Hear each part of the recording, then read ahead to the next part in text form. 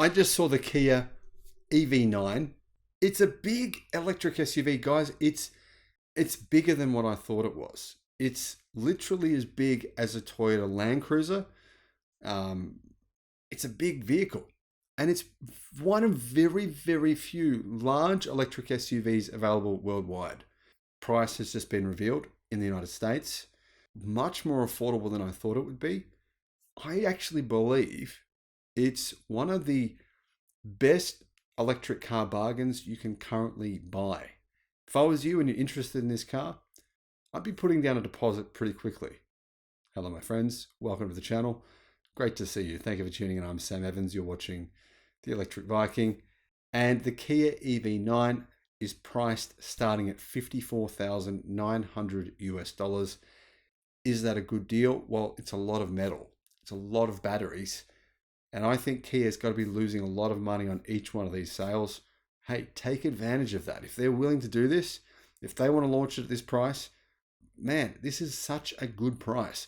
This is literally the same price as gasoline-powered versions of cars this size. Petrol-powered versions of cars this size cost about this much as well. In fact, in many cases, they're more expensive than this. Price parity is very close. Kia also have reduced prices of its EVs in its home country of South Korea. Those price discounts, apparently, Korean car companies say they're going to pass on. They think that they want to be part of this whole Chinese expansion. They think the Chinese are expanding a bit too quickly. They're concerned they're not going to be part of that party, that whole major disruption. So they're willing to reduce their prices, maybe take a bit of a hit on their, basically on their profits over the next couple of years in order to gain market share like the Chinese are. So this is actually really good news. It means we get more competition, prices come down. The price, though, doesn't include the mandatory destination charge, as Kia hasn't yet provided it. So we don't know what that is. But based on the $1,300 shipping fee for the EV6, the EV9 will probably be priced around $56,000. But you do get the $7,500 EV incentive if you lease the car. So if you're going to buy one, definitely I would be considering, should I lease it instead of buying it? Might be the better way to go about it because you still get the incentives. If you don't lease it and you just buy it outright, you've got to pay that price, a sticker price. You don't get the tax incentive of $7,500 US. The price for the base EV9 light rear-wheel drive model has the following features. It's got a single motor rear-wheel drive powertrain, which produces 215 horsepower. Guys, that's about 160 kilowatts. And it has 260 pound-feet of torque. That's about 350 newton meters. So not a lot of power for that base model in a car this size. What size is the battery pack? It's not that big either. 76 kilowatt hour battery pack. It has, of course, not an LFP battery. It's an NCA chemistry, I believe. Could be NCM. They haven't said yet, but we know it's one of the two. Either NCA or NCM chemistry battery, not LFP, like I said. Range. Now, here's the problem with this car. The range is not enough. I don't believe I would ever consider buying an EV with this kind of range. That's my personal opinion, though, guys. What do you think on this? Do you agree with that? Do you disagree? 223 miles of range, right? That's with 19-inch wheels. Get the bigger wheels, you're going to be coming down to less range. You want to put 21s on this thing, you're going to get around 200 miles of range. So if you're going to buy the base model, don't get bigger wheels. Otherwise, you're just going to have an unacceptable range penalty. The other thing to consider here is, manufacturers recommend you don't charge this battery chemistry to 100%.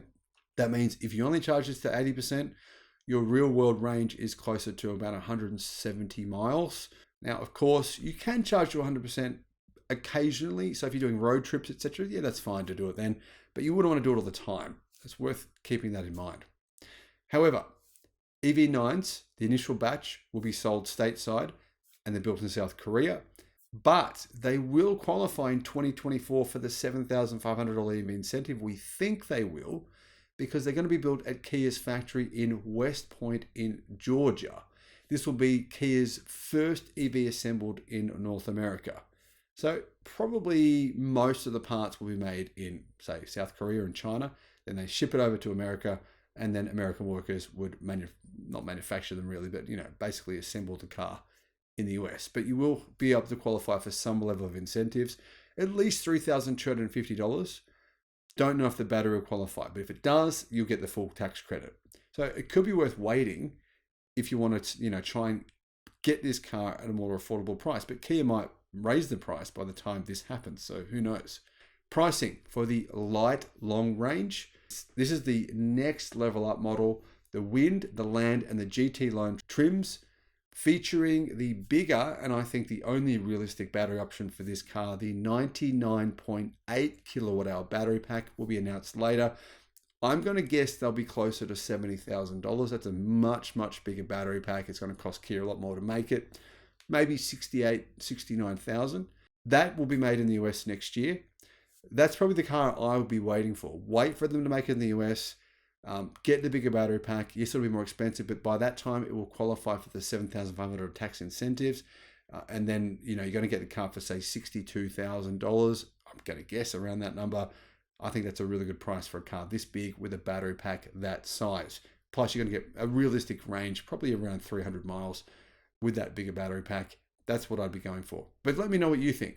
One of the good things about this car, though, is the fast charging. It's got 350 kilowatt fast charging. Real world is you're not going to get anywhere near that kind of speed in the real world, but you're still going to get probably real world 200, 250 kilowatt charging, which is really quick, really fast charging.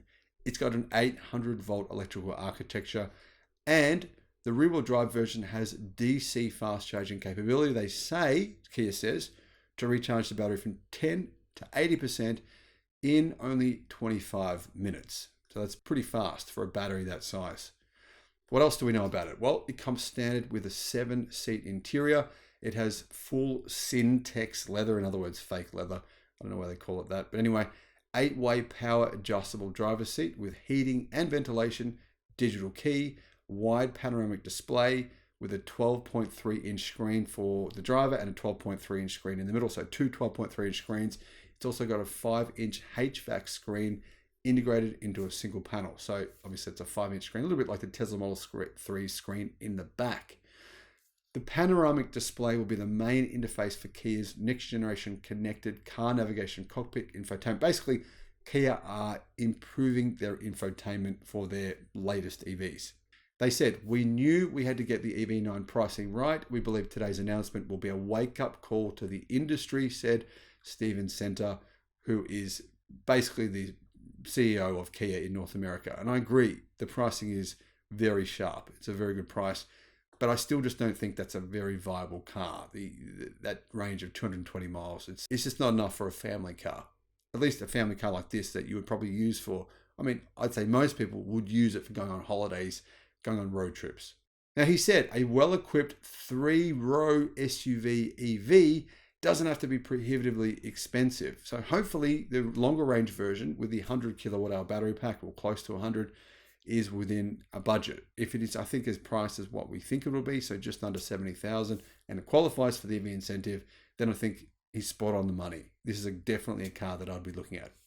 What else do we know? Well, it is 197.2 inches long. Wheelbase is 122 inches. And currently, there is no electric SUV of this size available in the US at this low of a price. The Rivian R1S is actually a fairly similar size, but it starts at more than $20,000 more. It starts at 78,000 US dollars. That said, the Rivian R1S is in a lot of ways a better vehicle. It's got a fair bit more range, but yeah, you're paying a lot more money for it. The 2024 Kia EV9 will be equipped with a long list, apparently, of 20 standard advanced driver assistance systems, including forward collision avoidance assist, and the system has been enhanced on the EV9 to detect vehicles, pedestrians, and cyclists in front of the vehicle when driving, oncoming vehicles while turning left at an intersection, and crossing vehicles while passing through an intersection. Guys, I'm actually really impressed with this car.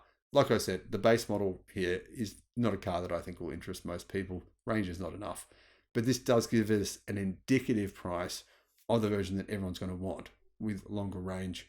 And I think it'll be a price that, well, not everyone can afford, but a lot of people in this segment would pay that much for a gasoline or petrol-powered Land Cruiser or something similar to that. And they therefore have a very good electric option that we didn't have before. So for that reason, I'm pretty stoked to see this car. And I quite like it. I saw it in person. It looks really nice. Let me know your thoughts though in the comments. Thanks for watching.